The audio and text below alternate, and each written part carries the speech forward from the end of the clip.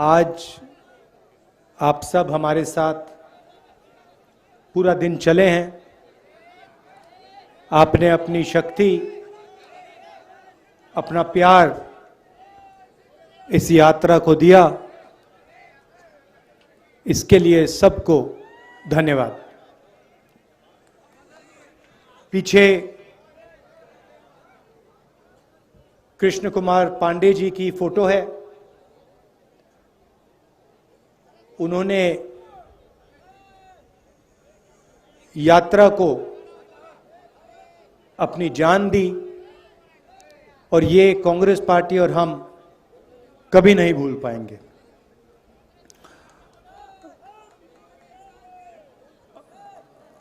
हमने सोचा था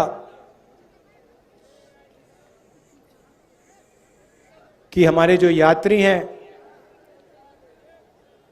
सब के सब अंत तक पहुंचेंगे, मगर दुख की बात है कि हमारे एक प्यारे साथी हमारे साथ श्रीनगर तक नहीं पहुंच पाएंगे, मगर जो उनकी सोच है वो हमारे साथ चलेगी और वो श्रीनगर तक पहुंचेगी।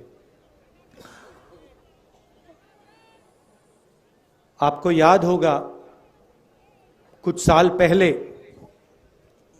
इसी दिन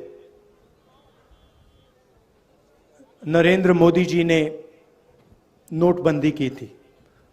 8 बजे रात को, मतलब अभी 7 बज रहे हैं, इसके 1 घंटे बाद नरेंद्र मोदी जी टीवी पे आए और उन्होंने कहा कि मैं 500 रुपए और 1000 रुपए के नोट को रद्द करने जा रहा हूं और काले धन के खिलाफ मैं लड़ाई लड़ रहा हूं। सच्चाई ये थी कि नोटबंदी काले धन को मिटाने के लिए नहीं की गई। नोटबंदी जो हमारे छोटे व्यापारी हैं, स्मॉल और मीडियम बिजनेस चलाने वाले लोग हैं, जो हमारे किसान हैं, उन पर आक्रमण था और उसका नतीजा आज तक हिंदुस्तान के हर गरीब को दिख रहा है। नोटबंदी के बाद उन्होंने गलत जीएसटी लागू की और इन 2 पॉलिसीज ने, जो हिंदुस्तान की रीढ़ की हड्डी है, जो इस देश को रोजगार दिलवाती है, किसान, छोटे बिजनेस वाले, छोटे दुकानदार, इन सब को नष्ट कर दिया, खत्म कर दिया। यहां आने से पहले मैं युवाओं से मिला, 5-10 युवाओं से मिला और मैंने उनसे सवाल पूछा। वो एग्जाम के बारे में आए थे, डेलीगेशन आया था, एग्जाम के बारे में बात कर रहे थे। मैंने उनसे पूछा कि आपको क्या लगता है आज के हिंदुस्तान में,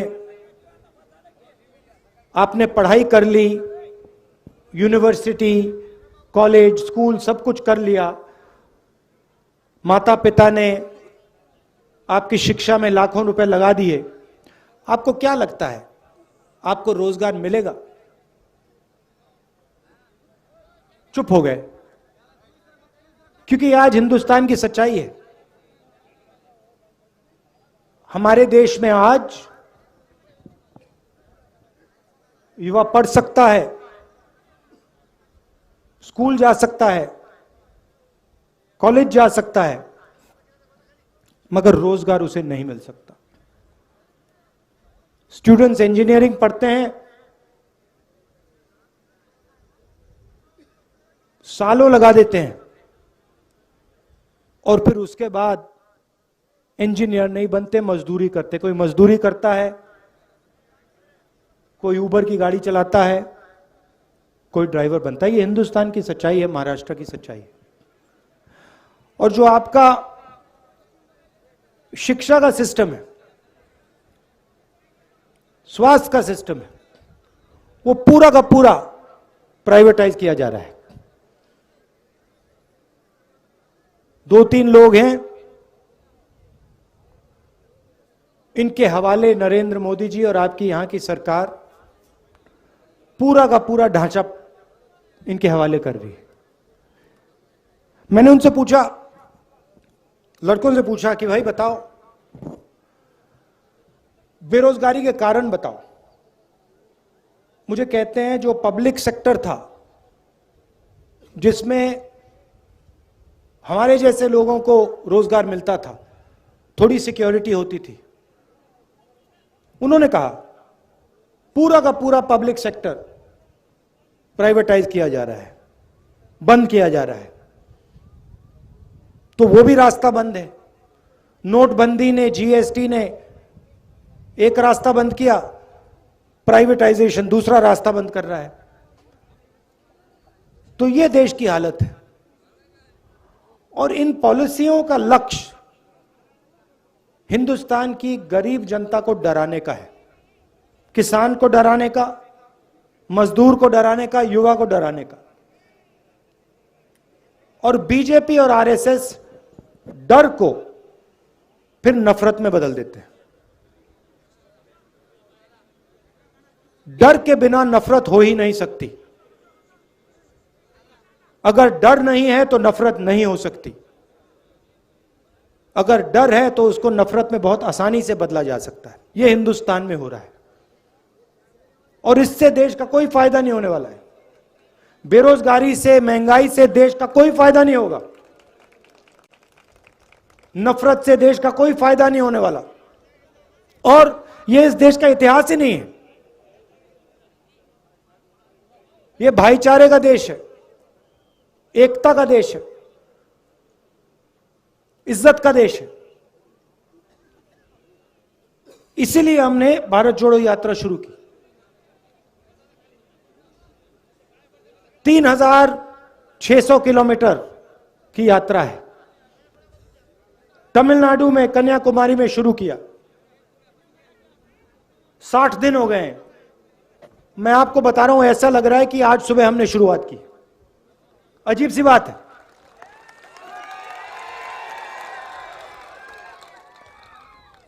हमारे यात्री, उनसे आप पूछो, किसी को समझ नहीं आ रही बात। 25-25 किलोमीटर हर रोज चलते हैं। 60 दिन से चल रहे हैं। अभी मैं भाषण दे रहा हूं, ऐसा लग रहा है कि 15 मिनट पहले मैंने शुरू किया है। ये हो क्या रहा है? आमतौर से आदमी सुबह उठता है, थकान नहीं होती, दिन भर काम करता है, शाम को थकान होती है ना? यहां अजीब सी बात है। यहां हम सुबह उठते हैं, थकान नहीं होती, 25 किलोमीटर चलते हैं, 25 किलोमीटर चलने के बाद थकान नहीं होती।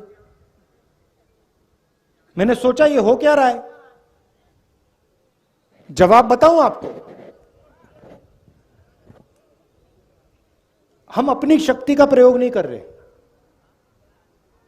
राहुल गांधी अपनी शक्ति का प्रयोग नहीं कर रहा। ये जो यात्री हैं, ये अपनी शक्ति का प्रयोग नहीं कर रहे हैं। हम सब आपकी शक्ति का प्रयोग कर रहे हैं। आप हमें पीछे से धकेल रहे हो। आपका प्यार हमें पीछे से धकेल रहा है। और ये आपका जो प्यार है, ये हमें श्रीनगर तक पहुंचाएगा। और वहां देखना, वहां मेरा भाषण देख लेना। वहां भी मैं यही कहूंगा कि मुझे समझ नहीं आया, 130-140 दिन हो गए, रोज 7-8 घंटे चले हैं, 25-30 किलोमीटर चल रहे, मगर थकान नहीं आ रही। क्योंकि आपकी आवाज है, आपका प्रेम है, और हम आपकी आवाज सुनने आए हैं। मैं यहां लंबा भाषण नहीं देना चाहता हूं। राजनेता आते हैं, 2 घंटे का भाषण करते हैं, कोई जरूरत नहीं है। हम यहां आए हैं 7 घंटे चलें, सुबह से शाम हम आपसे बात कर रहे हैं, किसानों से, युवाओं से। अभी विकलांग औरत मिली मुझे, उसके दिल में जो था उसने मुझे बताया, उसकी व्हीलचेयर को धकेला मैंने। हम आपकी बात सुनने आए हैं क्योंकि हम जानते हैं आप सब कुछ समझते हो। खेती के बारे में सीखना हो, किसी ब्यूरोक्रेट की जरूरत नहीं होती है। खेती के बारे में सीखना हो तो किसान के साथ बैठ जाओ, 15 मिनट में वो आपको समझा देगा जो समझना है।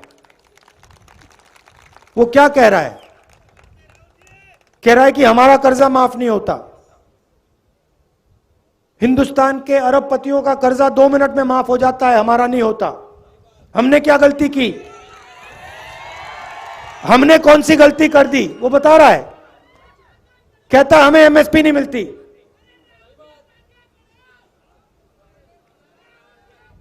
वो कह रहा है, आज मुझे बताया, एक किसान मिला, 20 मिनट मुझे उसने समझाया, जो नरेंद्र मोदी जी की ये जो बीमा योजना है इसके बारे में बताया। कहता है कि हम पैसा डालते हैं, सरकार पैसा डालती है और सीधा का सीधा पैसा हिंदुस्तान के 2-3 सबसे बड़े अरबपतियों के जेब में जाता है। हमारा खेत बर्बाद होता है, आंधी आती है, तूफान आता है, हमारा खेत बर्बाद हो जाता है, तो ना हमें इंश्योरेंस कंपनी का फोन नंबर मिलता है, ना ऑफिस मिलता है, ना पैसा मिलता है। तो अगर किसानों से बात की 15 मिनट में, 20 मिनट में, वो समझा देंगे क्या हो रहा है।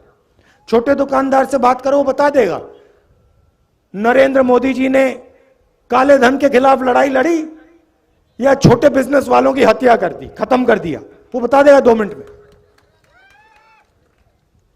युवाओं से पूछो, वो कहेगा, युवा कहेगा कि भैया मुझे रोजगार नहीं मिल सकता, कुछ भी हो जाए, मैं जानता हूं मैं इंजीनियर नहीं बन सकता। यह देश की सच्चाई है और इसको बदलना है।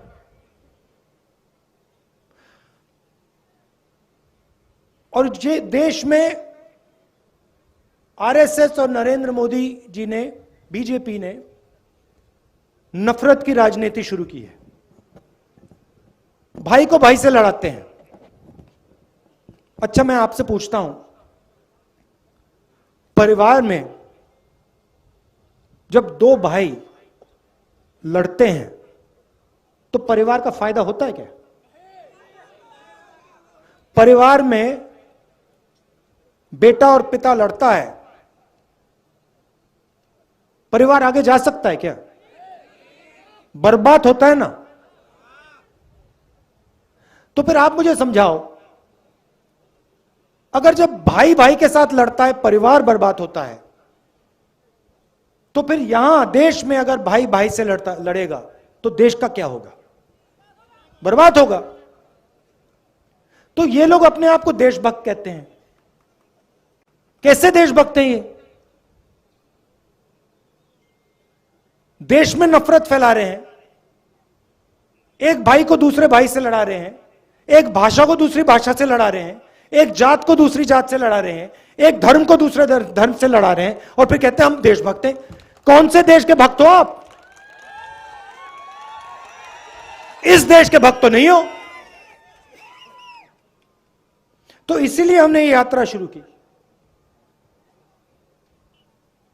और इसमें 1 इंच, मतलब हम शुरू करेंगे, कन्याकुमारी से शुरू किया और कश्मीर में, श्रीनगर में ये जो हमारा तिरंगा है उसको हम आगे जाके लहराएंगे।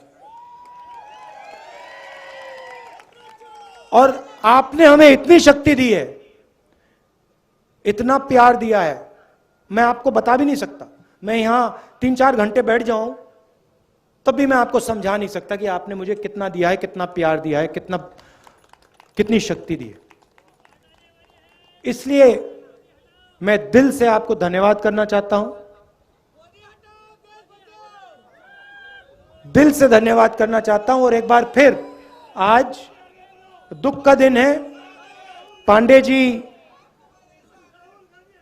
झंडा झंडा लिए चल रहे थे, झंडा लिए चल रहे थे, आखिरी सेकंड तक झंडा लिए चल रहे थे और फिर शहीद हुए।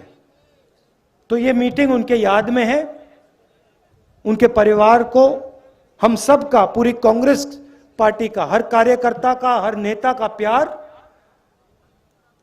और उनको मालूम होना चाहिए कि ये पूरी पार्टी, इस पार्टी का हर एक कार्यकर्ता, इस पार्टी का हर एक नेता आपके साथ है। आपको घबराने की कोई जरूरत नहीं। धन्यवाद। जय हिंद। नमस्कार।